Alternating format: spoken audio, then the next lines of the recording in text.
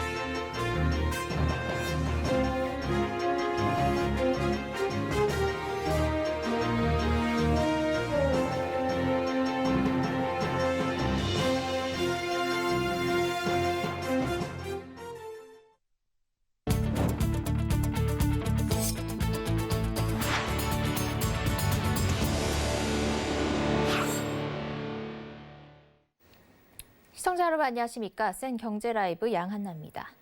한국은행 금융통화위원회가 현재 0.5%인 기준금리를 유지하기로 하고 올해와 내년 GDP 성장률은 각 마이너스 1.1%, 3%로 수정했습니다. 3분기 전분기 대비 성장률이 1.9%로 예상보다 큰 폭으로 반등하자 이를 반영해 8월 전망치보다 0.2%포인트씩 높여 잡았습니다. 한은은 지난 5월 외환위기 이후 22년 만에 첫 마이너스 성장을 경고했고 이후 코로나19 상황이 더 나빠지자 3개월 만에 성장률 눈높이를 마이너스 1.3%로 크게 낮췄습니다. 금통위는 기준금리 동결과 배경에 대해 국내 경제 회복세가 원만할 것으로 예상되고 물가 상승 압력도 낮은 만큼 통화정책의 완화 기조를 유지해 나가겠다고 밝혔습니다. 전세난을 해결하기 위한 정부의 전세 대책 발표에도 불구하고 전국적으로 전세값이 계속 오르고 있습니다. 한국감정원은 전국 아파트 전세값이 0.3% 상승하며 지난주 상승폭을 유지했다고 밝혔습니다. 서울 아파트 전세값은 73주 연속 상승했고 새 임대차법이 본격 시행된 8월부터 11월까지 상승폭을 더 키우고 있습니다. 상대적으로 서울보다 덜 올랐던 지방 아파트 전세값도 지난주 0.33%에서 0.34%로 상승폭을 키웠습니다. 이 중 세종시가 지난주 1.15%에서 1.36%로 상승폭이 커졌고 부산과 대구, 대전도 각각 상승률을 높였습니다. 아파트 값은 서울 강남구와 서초구의 긴 보합세가 깨지면서 상승 흐름이 전환하는 것 아니냐라는 관측이 나옵니다. 정부가 코로나19 3차 확산에 대응하기 위해서 소비 쿠폰 중 외식 쿠폰을 배달 앱에서도 이용할 수 있게 하는 방안을 추진합니다. 홍남기 부총리 겸 기획재정부 장관은 오늘 열린 비상경제회의에서 현재 외식 쿠폰은 방역 단계가 격상되면 사용하기 힘들어진다며 방역 단계에 따른 내수 촉진 방안으로 외식 쿠폰의 비대면 사용 전환을 준비하겠다고 말했습니다. 이렇게 되면 식당에 가지 않고 배달 앱으로 주문한 경우도 2만 원 이상 3번 결제 시 4번째 이용된 만 원을 돌려받을 수 있습니다. 홍 부총리는 또 동행세일과 코리아세일 페스타 등 내수 촉진 이어달리기의 마지막 행사인 크리스마스 마켓도 온라인 중심으로 전환해 차질 없이 진행하겠다고 덧붙였습니다.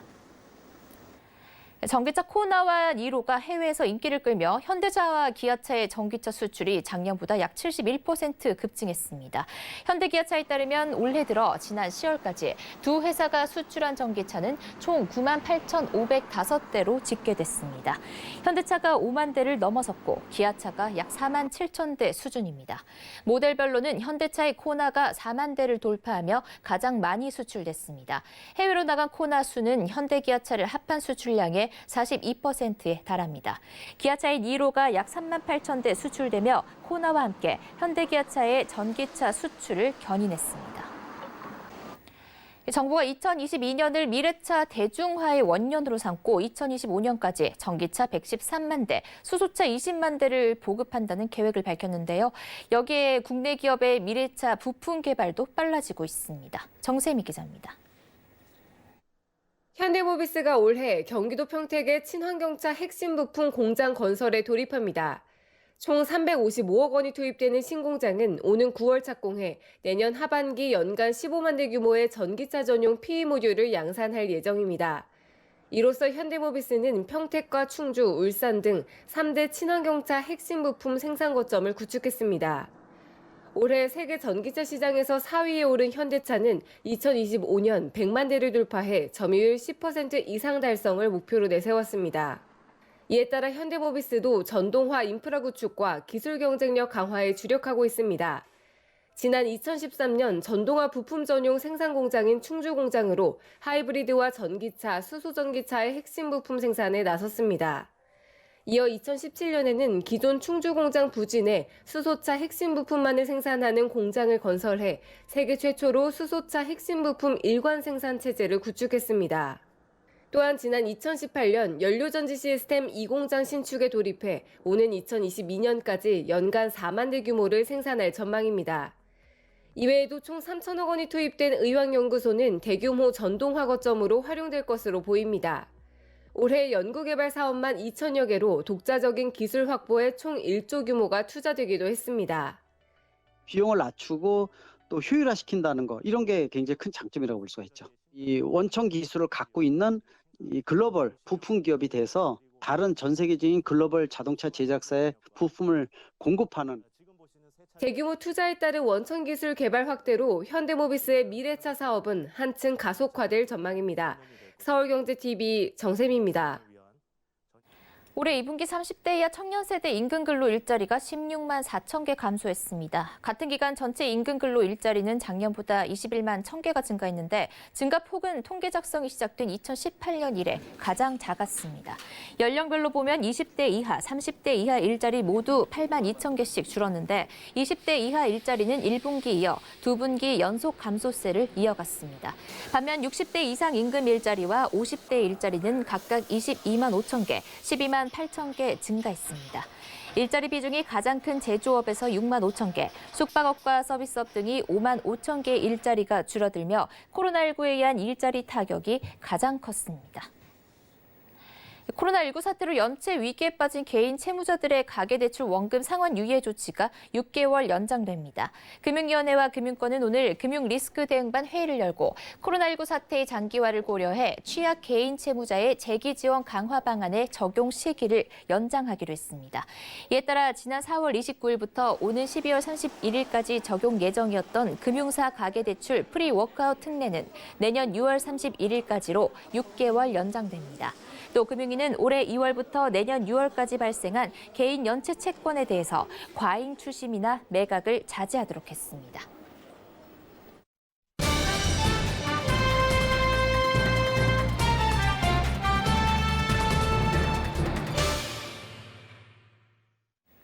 한국은행이 올해 경제 성장률 전망치를 종전보다 0.2%포인트 상향한 1.1%로 제시했습니다. 하지만 코로나19가 다시 급속도로 재확산하고 있는 만큼 불확실성은 여전한 상태인데요. 금통위가 전망한 성장률의 변수는 없을지 금융부의 정순영 기자와 함께 알아보겠습니다. 정 기자 안녕하세요. 네, 안녕하십니까? 네. 우선 한은이 올해와 내년 경제 성장률 전망치를 0.2%포인트씩 상향 조정을 했습니다. 내후년은 2.5% 성장을 예상을 했는데요. 일단 코로나19가 진정이 됐다는 전제 하에서 분석된 수치들일 것 같은데요. 어떻게 보고 계십니까? 네, 이번 전망은 내년 중후반쯤 코로나19가 진정이 되면서 경제 활동이 활성화되는 것을 전제로 이루어졌습니다. 이 성장률 전망을 상향한 이유는 최근 수출 지표의 완만한 회복세와 함께 또 3분기 성장률이 반등에 성공한 점 등이 반영이 된 것인데요. 이주열 총재는 기자간담회에서 수출의 개선세에도 민간 소비는 코로나19 확산으로 회복세가 더딘 모습이라면서 코로나19 3차 확산에 따른 경제적 영향은 8월 재확산 때보다는 다소 큰 수준이 될 것이라고 말했습니다. 이 한은의 전망치에서 코로나19의 재확산이 변수가 될 수 있다라는 뜻이기도 한데요. 미국과 유럽 등에서 코로나19가 재확산하고 있는 만큼 경제 활동이 위축되고 또 수출길이 다시 막힐 우려가 있기 때문입니다. 또 경제 회복과 별개로 코로나19에 민감한 서비스업은 또 느리게 회복될 가능성이 있다고 하는데요. 이 총재는 코로나19 관련된 불확실성이 줄어들고 경제가 안정적인 성장세가 이어지는 상황을 진정한 의미의 회복세로 보고 있다면서 경기 회복에 대한 기대는 아직 이르다라는 전망을 내놓기도 했습니다. 네, 아직 변수는 남아있는데 한은의 통화정책 방향이 지난달과 비교해서는 좀 긍정적으로 바뀌었거든요. 오늘 발표한 이 통화정책 방향 결정문이 지난달과 비교해서 어떤 부분들이 달라졌을까요? 우선 11월 한국은행 통화정책 방향 결정문에서 금통위는 국내 경제 회복세가 완만할 것으로 예상이 된다고 해서 표현이 지난달에 더딘 회복세보다 긍정적으로 바뀌었습니다. 세계 경제 회복이 국내 수출과 설비 투자 회복으로 연결이 됐다고 판단을 한 것입니다. 또 지난달 부진이 완화됐다는 표현은 이번에 세계 경제가 회복 흐름을 이어갔다라는 표현으로 개선이 됐습니다. 코로나19 재확산에도 이 백신 개발 기대, 또 경제 지표 개선 등으로 해서 위험 회피 심리가 완화됐다는 평가를 내놓기도 했는데요.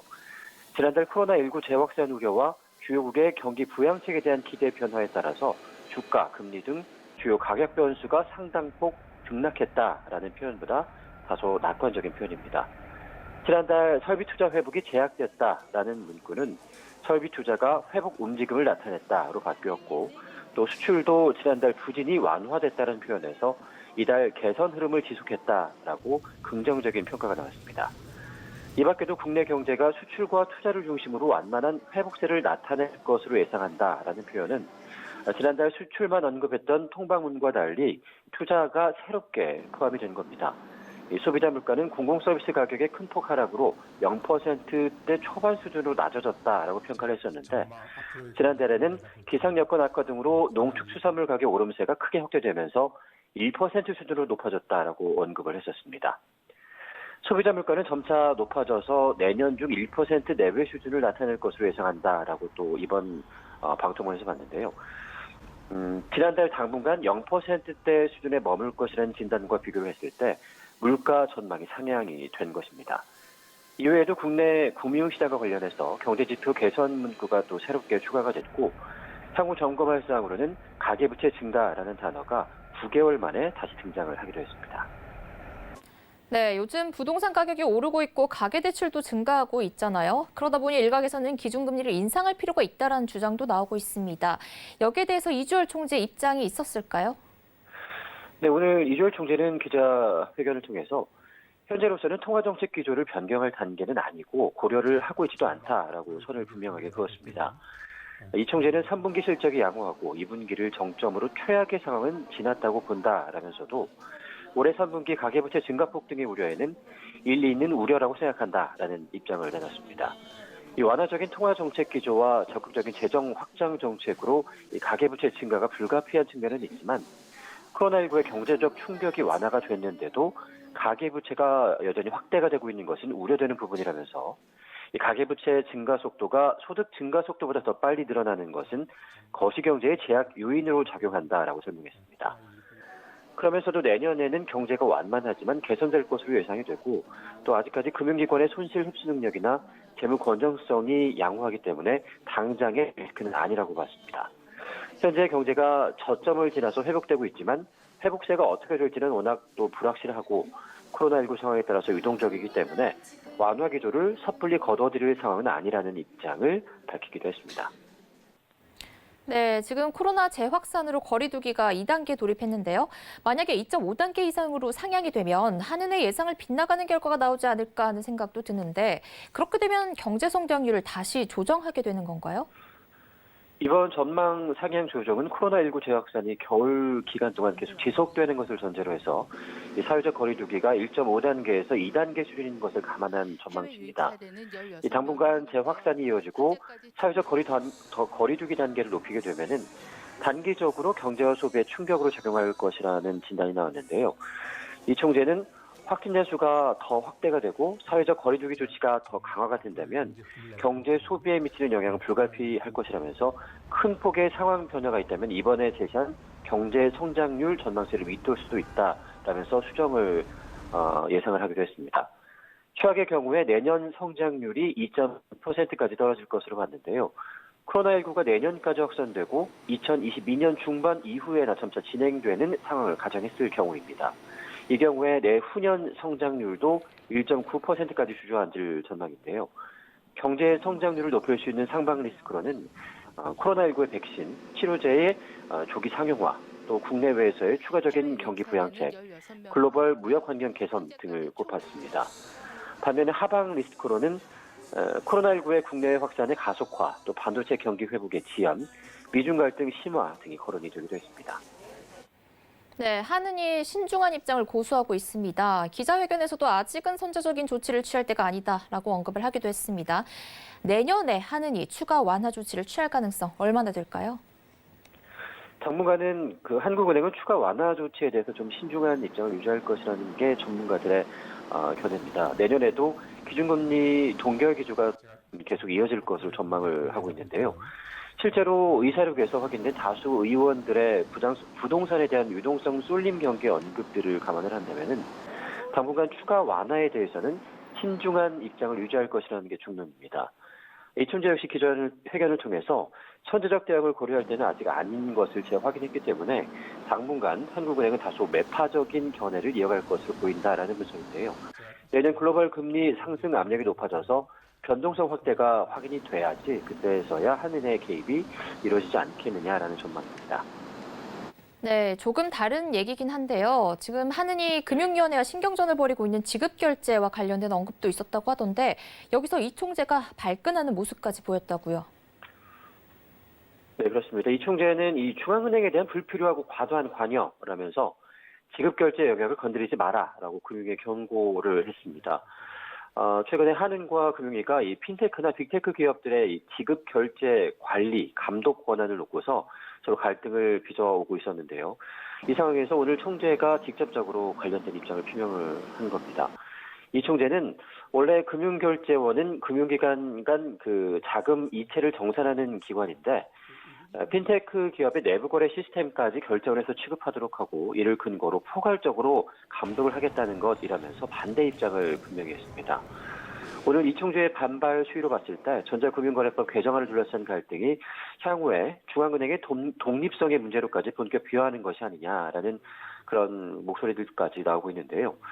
한은은 핀테크 같은 내부 거래를 금융결제원이 새로 관리하게 한 뒤에 금융위 감독을 결제 기능 전반을 확대하는 의도라고 의심을 하고 있는 겁니다.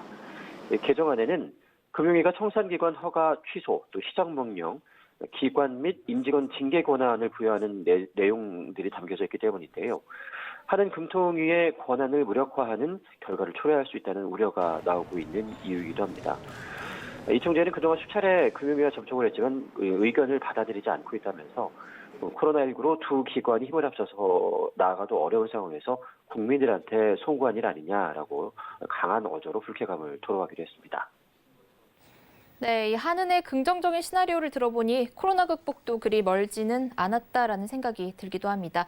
모쪼록 백신 개발이 원활히 진행이 돼서 우리 경제 성장률이 제 자리를 찾아가길 기대해 보겠습니다. 잘 들었습니다. 고맙습니다.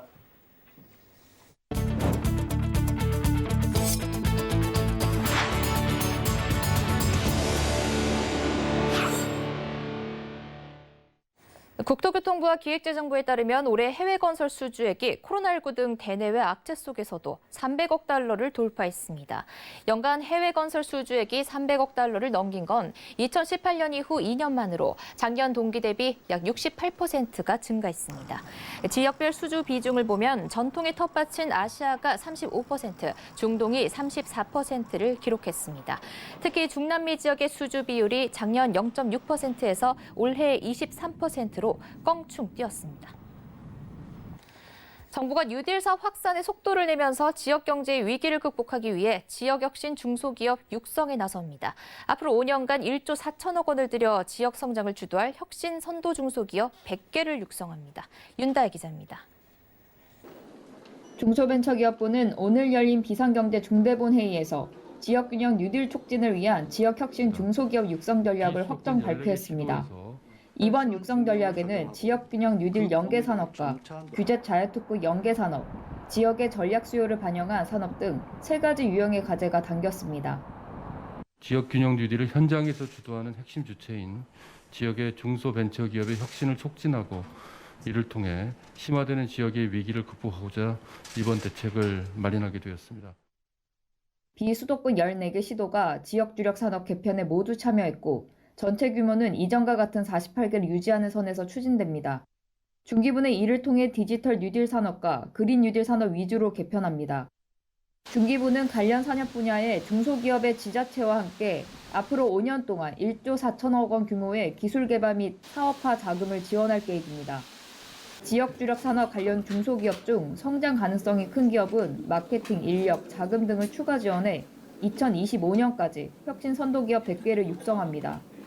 또 지역의 민간 공공기관이 참여하는 지역 뉴딜 벤처 펀드를 권역별로 조성하고 조성된 펀드 자금은 지역 혁신 기업과 규제 자유특구 기업 등에 투자됩니다.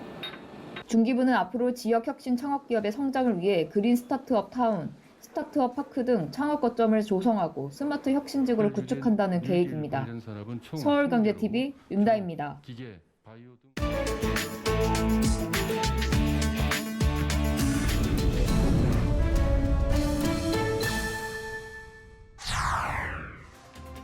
아르헨티나의 전설적인 축구 선수 디에고 마라도나가 현지 시간으로 25일 별세했습니다.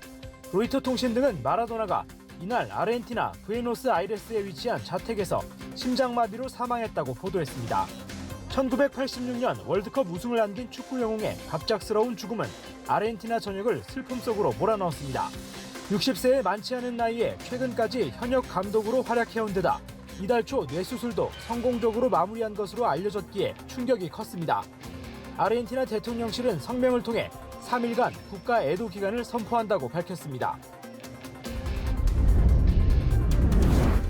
추수감사절 연휴를 앞두고 미국 칠면조 산업에 특이 현상이 나타나고 있습니다. 코로나19로 인해 올해 추수감사절에 소규모 모임을 계획하는 사람들이 늘어나면서 작은 칠면조가 동인하고 있습니다. 칠면조 농장을 운영하는 로니 리는 로이터 통신과의 인터뷰에서 보통은 큰 칠면조를 찾는데 올해는 작은 칠면조가 벌써 다 떨어졌다면서 얼마나 많은 사람들이 모일 수 있는지에 대한 제약이 우리에게 영향을 끼쳤다고 말했습니다. 미국 육류회사 버터볼이 최근 실시한 설문조사에서는 응답자 4명 중 3명이 올해 더 간단하고 적은 인원의 추수감사절 저녁 식사를 계획하고 있다고 답했습니다.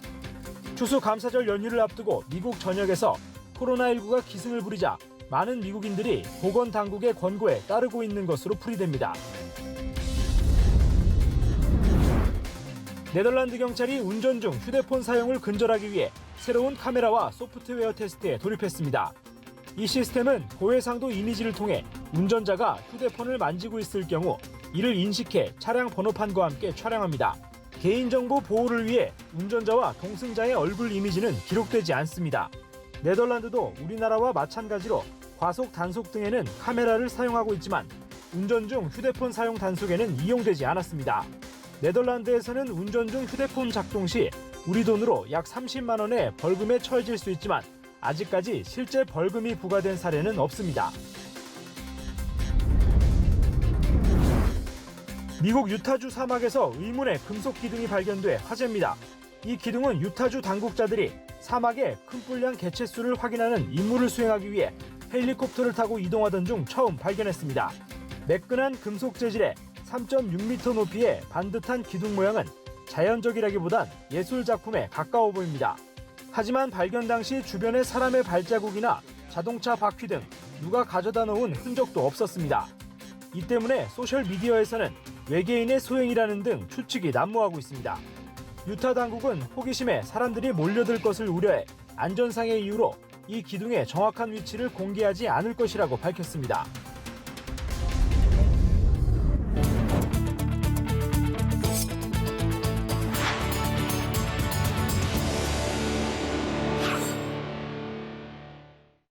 센 경제 라이브 마칩니다. 고맙습니다.